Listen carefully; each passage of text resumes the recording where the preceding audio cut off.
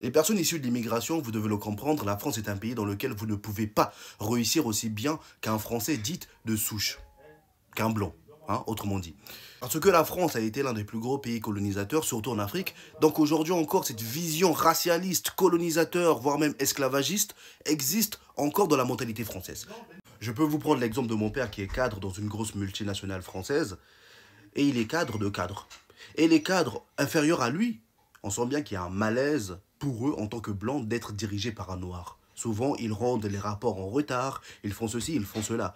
Et tu sens bien qu'il y a un malaise même pour les femmes de ménage de faire leur ménage dans son bureau car il est noir. Il y a une sorte de malaise, ça ne dit pas bonjour le matin, tu sens bien qu'il y a une haine dans leur regard. Donc, ce que je veux dire par là, c'est que la vision colonisatrice, esclavagiste que les Français ont, continue encore aujourd'hui à être dans la culture populaire que le noir ne peut pas diriger, que l'arabe ne peut pas diriger le blanc.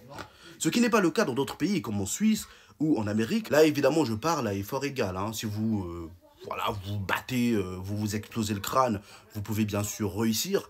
Mais à effort égal, vous avez beaucoup moins de chances de réussite qu'un blanc. Et voire même en faisant plus, vous n'avez toujours pas autant de chances qu'un blanc de réussir. Hein. Donc là, dans le cas de mon père, le racisme ne vient pas forcément de l'employeur, ne vient pas forcément de ses supérieurs hiérarchiques, mais des gens qui sont inférieurs à lui, qui ne veulent pas travailler pour lui. Bah, ça paralyse une entreprise.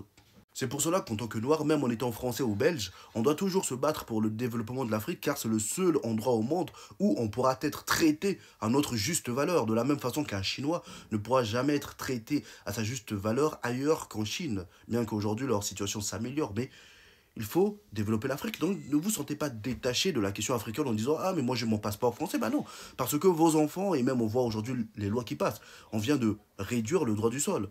Hein, voilà, jusqu'à hier ou avant-hier, nos gamins qui étaient nés en France se sentaient 100% français. Aujourd'hui, bah, ils se sentent peut-être à 70% français car on ne sait pas ce qui va se passer dans l'avenir. Donc la nationalité, ça ne veut rien dire. Développer l'Afrique, développer notre continent, c'est rendre honneur à nous-mêmes d'abord et rendre honneur à nos ancêtres, etc.